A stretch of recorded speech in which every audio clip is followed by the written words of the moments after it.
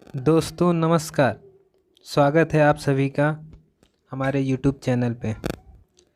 दोस्तों आज हम आप सभी के लिए लेकर आए हैं NCERT कक्षा 3, 4, 5 का EVS का निचोड़। सीटेट एग्ज़ाम में इससे रिलेटेड टोटल क्वेश्चन आते हैं और आप अगर इसको पढ़ने के बाद आपको खुद पता चल जाएगा कि इसमें से कितने क्वेश्चन फंसते हैं। इसमें 15 से 15 क्वेश्चन फंसाने की गारंटी मेरी है। आप बस ध्यान से इसको पढ़ते और समझते जाइए। तो चलिए शुरू करते हैं।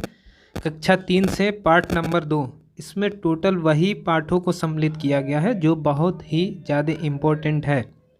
तो देखते हैं पार्ट 2, पौधों की परी। इसमें सिर्फ एक पॉइंट है जो महत्वपूर्ण है, वो है मशहूर कलाकार विष्णु चिंचालकर, जो कि इंदौर मध्य प्रदेश के रहने वाले हैं। वो सूखी पत्तियों से, पेड़ के सूखी पत्तियों से बहुत बढ़िया चित्र बनाते थे, इसके लिए वो जाने जाते हैं। इसमें आपको उनका नाम याद रखना है और वो किस चीज़ का काम करते हैं। पेड़ की पत्तियों से, सूखे पत्तों से चित्र बनाते हैं। पार्ट 6 है खाना अपना अपना।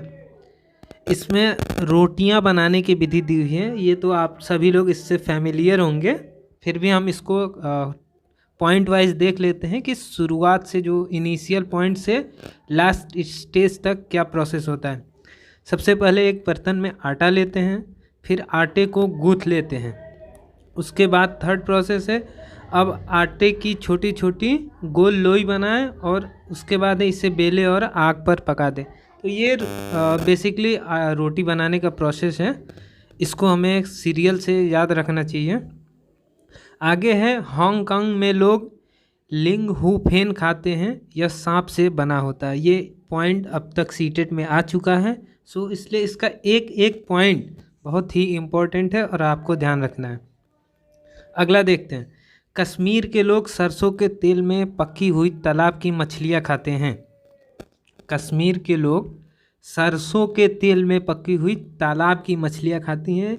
ये भी पॉइंट बहुत ही इम्पोर्टेंट है, याद रखिएगा। हांगकांग के लोग सांप खाते हैं और जिसको लिंग हू फेन कहते हैं। कश्मीर के लोग तालाब की मछलियाँ खाते हैं जो सरसों के तेल में बनती हैं। वहीं गोवा के लोग नारियल के तेल में पकी हुई मछलियाँ खाते हैं। देख लीजिए, गोवा के लोग नारियल के तेल में पकी हुई मछलियाँ खाते हैं। केरल के लोग उबले हुए टैपियोका को नारियल से बनी हुई किसी भी करी के साथ खाते हैं। केरल के लोग उबले हुए टैपियोका को नारियल से बनी हुई किसी भी करी के साथ, मतलब नारियल के तेल से बनी हुई करी के साथ ये लोग, केरल के लोग खाते हैं। उसके बाद अहमदाबाद, गुजरात के लोग क्या खाते हैं? ढोकला खाते हैं चटनी के साथ, नींबू वाले चावल और मिठाई खाना पसंद करते हैं। फिर अगला पॉइंट है वलसाड़ स्टेशन। वलसाड़ स्टेशन पर लोग, वलसाड़ स्टेशन कहाँ पड़ता है? गुजरात में।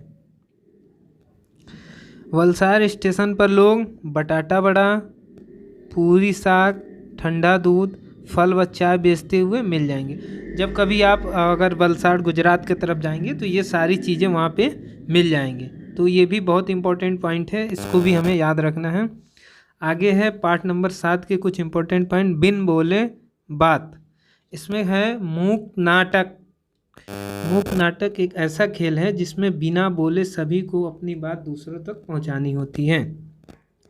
मूक नाटक हम लोग भी बच्चों में खेला करते थे, जिसमें बिना बोले अपनी बात दूसरों तक हाव भाव और एक्सप्रेशन से पहुंचानी होती है, उसको मूक नाटक कहते हैं। जो लोग सुन नहीं सकते वो होठों को पढ़कर दूसरों की बात समझते हैं, तो इसे एक्चुअली लिप एक्सप्रेशन कहते हैं, मतलब होठों को पढ़ना, होठों को पढ़ के समझना। ये दूसरा पॉइंट है। तीसरा पॉइंट इसमें है जो लोग बोल और सुन नहीं सकते उन्हें विशेष आवश्यकता वाले लोग कहते हैं, स्पेशल नीडी पर्सन कहते हैं इसको, जो लोग बोल और सुन नहीं सकते। 8वां चैप्टर है पंख फैलाएं उड़ते जाएं। इसमें पहला पॉइंट है मोर एक राष्ट्रीय पक्षी है, ये हम सभी को पता है। चील चूहे खाती है और उसकी पूंछ लंबी और खांचे वाली होती है। चील जो होता है एक पंछी, वो चूहे खाता है और उसकी पूंछ लंबी और खांचे वाली होती है। तीसरा पॉइंट है, तोते के पंख हरे रंग के और चोंच लाल रंग की होती है। यह अमरूद और मिर्च खाता है, या अमरूद और मिर्च खाता है और लोगों की आवाज़ की नकल करता है। ये तोते की क्वालिटी है, तोते का गुण है। अगला है कौवा। कौवा काले पंखों वाला होता है और काँव काँव की आवाज़ करता है। ये तो बहुत ही बेसिक पॉइंट है। आगे है कोयल। कोयल के काले पंख होते हैं और यह कुहू कुहू की आवाज़ लगाती है। यह अपने मीठे आवाज़ के लिए बेसिकली प्रसिद्ध है। फिर है गिद्ध मरे हुए जानवर खाता है। ये भी इम्पोर्टेंट पॉइंट है, गिद्ध मरे हुए जानवर खाता है। कबूतर की अगला पॉइंट है, कबूतर की चोंच गुलाबी होती है, इसके पंख सलेटी होते हैं और ये गुटुरगू की आवाज़ निकालता है।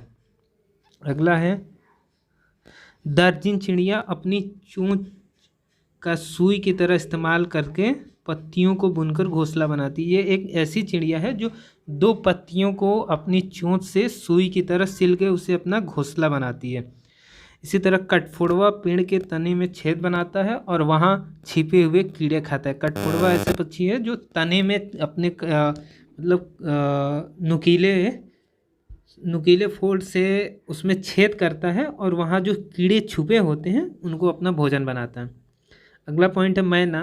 मैना झटके से अपनी गर्दन को आगे पीछे कर सकती है।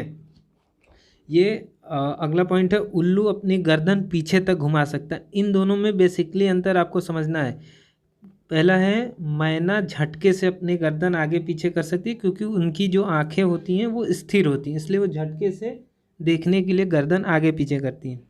उल्लू अपनी गर्दन पीछे तक घुमा सकता है, मतलब उल्लू अपना गर्दन पूरा घुमा सकता है बिल्कुल पीछे तक। ये अंतर है। फिर अगला है पक्षियों के पंख अलग अलग रंग, आकार व डिज़ाइन के होते हैं। उनके पंख उड़ने में उनकी मदद करते हैं और उन्हें गर्म भी रखते हैं। समय समय पर पक्षियों के पुराने पंख झड़ जाते हैं और नए पंख आ जाते हैं। ये पॉइंट भी अभी तक सीटेट में पूछा जा चुका है। और अगला पॉइंट है अपनी गर्दन बहुत अधिक हिलाते। पक्षी अपनी गर्दन बहुत अधिक हिलाते हैं क्योंकि उनकी आँखों की पुतली घूम नहीं सकती। ये पॉइंट भी अब तक सीटेट में आ चुका है, इसलिए इसका एक एक पॉइंट बेहद महत्वपूर्ण है और बेहद आवश्यकता की दृष्टि से इसको बनाया गया है, इसलिए इसको अन्यथा न लें और बहुत ही सीरियस होकर चीज़ों को देखें। पार्ट नंबर 13 है छू कर देखें। जो लोग देख नहीं सकते उनके पढ़ने और लिखने का एक ख़ास तरीका है जिसे ब्रेल कहते हैं। ब्रेल का भी जिक्र अब तक सीटेट में आ चुका है और इसको हम लोग अपने डाइट के अपने सिलेबस में भी पढ़ चुके हैं, बीएड बीटीसी के। अगला पॉइंट है ब्रेल एक मोटे कागज़ पर एक नुकीले औजार से बिंदु बनाकर लिखा जाता है। ब्रेल बिंदुओं पर हाथ फेरते हुए पढ़ा जाता है। बेसिकली ब्रेल जिसमें 6 पॉइंट होते हैं वो एक मोटे कागज़ पे नुकीले औजार से बनाकर उसको बनाकर और हाथ फेर के टच करके उसको पढ़ा जाता है। ब्रेल लिपि के बारे में कुछ जानकारी दी गई है। जानकारी यह है ब्रेल लिपि लुई ब्रेल द्वारा खोजी गई है।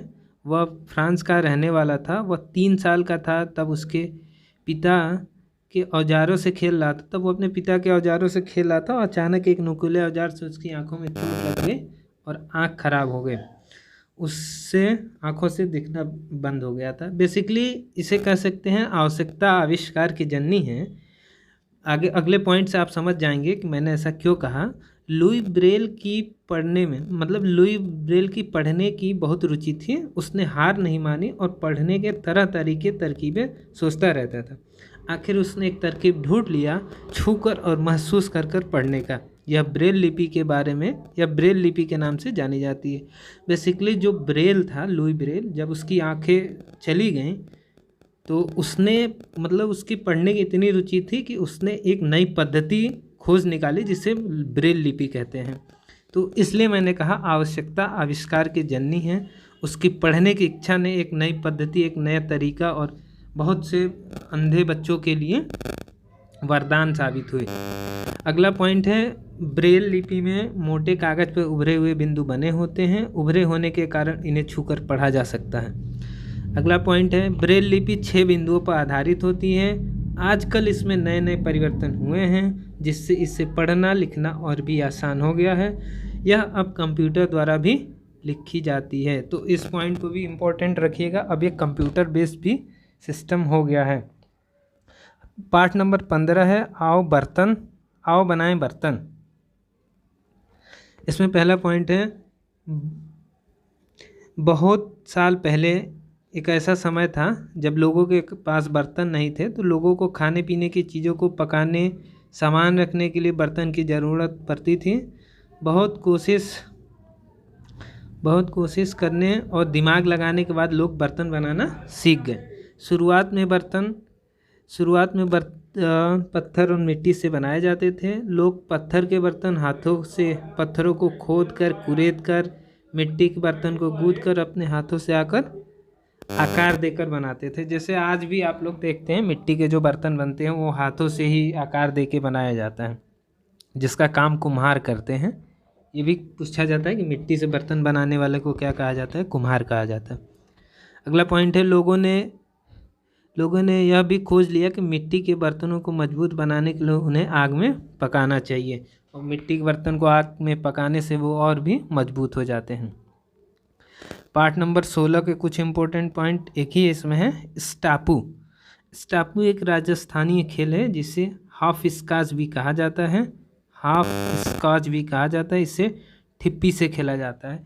बेसिकली इसमें कुछ पत्थर होते हैं जिनको एक के ऊपर एक सजा के रखा जाता है और एक बॉल से उसको गिराया जाता है, फिर उसको उस पर सजाया जाता है, जिसे हम लोग यहाँ ठिप्पी के नाम से ही जाना जाता था, लेकिन राजस्थान में से स्टापू के नाम से या हॉप स्कॉच के नाम से भी जाना जाता है। अब अगला 18 पॉइंट है ऐसे होते हैं घर। देखिए इसमें बात की गई है मोलन एक गांव है जो कहाँ है? आसाम में है।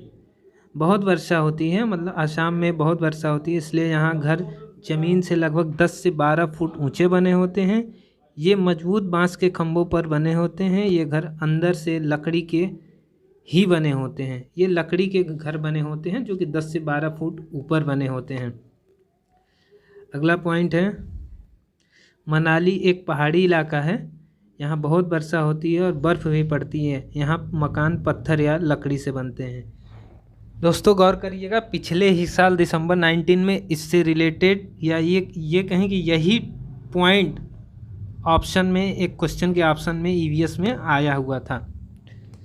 तो अगला पॉइंट देखते हैं। नई दिल्ली भारत की राजधानी है। काम की खोज में लोग गांव शहरों से दिल्ली जैसे बड़े शहर में आते हैं। ये लोग अक्सर शहर में ही बस जाते हैं और यहाँ रहने वाले ज़्यादा लोग और जगह काम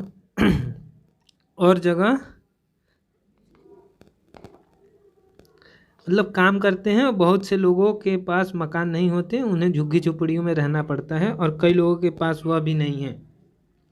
लोग जहाँ जगह मिले वहीं सो जाते हैं, सड़क पर, फुटपाथ पर, स्टेशन पर। वास्तव में शहरों में घर मिलना बहुत ही बड़ी समस्या। एक ये भूमिका दिखाई गई उस पार्ट की कि जो माइग्रेंट हैं वो कहाँ कहाँ से आते हैं और किन किन बड़े शहरों में रहते हैं। तो ये बेसिकली वो भूमिका दिखाई गई है। अगला पॉइंट है राजस्थान में बारिश कम होती है और यहाँ गर्मी बहुत पड़ती है। लोग यहाँ मिट्टी के घरों में रहते हैं। याद रखिए, राजस्थान के मिट्टी के घरों में रहते हैं। इसका मतलब ये नहीं कि राजस्थान में सिर्फ मिट्टी के ही घर हैं। इस टॉपिक के देने का मतलब राजस्थान के खास इलाके का वर्णन होता है जिसमें मिट्टी के घर होते हैं और घरों की दीवारें बहुत मोटी होती हैं। इन दीवारों को मिट्टी से लीप कर पोत कर सुंदर बनाया जाता है। छतें कटीली झाड़ियों की बनी होती हैं। दोस्तों ये पॉइंट भी बिल्कुल एज इट इज़ पिछले साल दिसंबर 2019 में सीटेट के एग्ज़ाम में पेपर फर्स्ट में आ चुका है, इसलिए इसे बहुत ही ध्यान से आप लोग समझने की कोशिश करिएगा। इससे रिलेटेड बहुत सारे और पॉइंट इस समय जो 5 जुलाई 2020 को एग्ज़ाम होने जा रहा है उसमें भी आने वाले हैं। अगला पॉइंट है कश्मीर में चाय को कहवा कहा जाता है। इसे इलायची और बादाम डालकर, इसमें इलायची और बादाम डालकर बनाया जाता है। अगला पॉइंट है डल झील कश्मीर की प्रसिद्ध झील है। कश्मीर की फेमस झील का नाम है डल झील।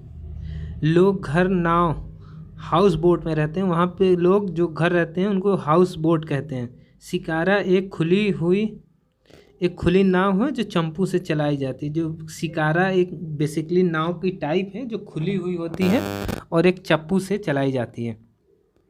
इसको देखने के लिए और इसे और अच्छे से समझने के लिए आप गूगल कर लीजिए और चप्पू नाव या एक शिकारा डाल के आप उसमें और अच्छा देख सकते हैं। अगला पॉइंट है चार चिनारी झील कश्मीर के नीले पहाड़ों से घिरी हुई है। तो ये बेसिकली फैक्ट है, इसको याद रखिएगा। अब अगला पार्ट है पार्ट 20 बूंद बूंद से। बज्जू राजस्थान का एक छोटा सा गांव है और यहाँ हर तरफ रेत ही रेत दिखाई देती है। जब कभी रेत नहीं उड़ती तब कुछ घर दिखाई देते हैं, मतलब टोटल ही सैंडी इलाका है बज्जू। इस विशेषता दिया है, इस गांव के सभी लोग बारिश का पानी इकट्ठा करते हैं। यह खास तरह से किया जाता है टैंक या टाका बनाकर। टैंक बनाकर यहाँ के लोग पानी इकट्ठा करते हैं बरसात का। टाका बनाने के लिए आंगन में गड्ढा बनाकर उसे पक्का किया जाता है। टाके को ढक्कन से बंद रखते हैं। टाके के लिए घर के छत का कुछ ढलवा बना देते हैं जिससे छत पर गिरा बारिश पानी नीचे टाके में इकट्ठा हो सके। छत की नाली पर जाली लगा देते हैं जिससे कूड़ा कचरा टाके में न जा सके। यह पानी साफ करके पीने के काम लाया जाता है। बेसिकली जो बारिश का पानी होता है उसको छत के माध्यम से ज़मीन में नीचे ग्राउंड फ्लोर के नीचे एक टाका बनाया जाता है, एक टैंक जहाँ पानी स्टोर हो सके और उसमें रखा जाता है ताकि जब भी बारिश का मौसम ख़त्म हो और पानी की ज़रूरत हो तो उससे उसका यूज किया जा सके। तो इसलिए जहाँ बारिश नहीं होती इसलिए वहाँ ऐसे उपाय किए जाते हैं। पानी की कमी भावनगर गुजरात में भी है। गुजरात भी एक इलाका है भावनगर, यहाँ भी पानी की कमी है। देखिए बेसिकली गुजरात एक तटीय राज्य है तो पानी की कमी का मतलब यहाँ साफ पीने के पानी की कमी होती है, न कि वहाँ अधिकतर पानी क्षार युक्त या नमक युक्त पाई जाती है तो जिसे पिया नहीं जा सकता। इसलिए सिर्फ भावनगर गुजरात में ही नहीं और भी दिल्ली या तमिलनाडु चेन्नई इन सब शहरों में भी आजकल पानी की कमी देखी जा रही है। तो दोस्तों ये था पार्ट 3 के कुछ इम्पोर्टेंट पॉइंट। अब अगले वीडियो में हम कुछ पार्ट 4 के, फिर उसके बाद अगले वीडियो में पार्ट 5 के ऐसे ही इम्पोर्टेंट पॉइंट जो कि बहुत ही थोड़े हैं, लगभग 10 से 12 पेज का है, तो हम लोग पढ़ेंगे। और आई होप आप सभी को ये चीज़ें अच्छी लगी होंगी। आप चाहें तो इसको अपने नोटबुक में लिख सकते हैं जिससे इसे आपको एग्ज़ाम के पहले एक बार पढ़ने में आसानी हो, और इसका आप शॉर्ट नोट्स भी बना सकते हैं। तो आज के लिए अभी के लिए इतना ही दोस्तों। लाइक और शेयर करिएगा और जो भी सुझाव होगा उसे कमेंट बॉक्स में लिखिएगा। तब तक के लिए थैंक यू, बाय।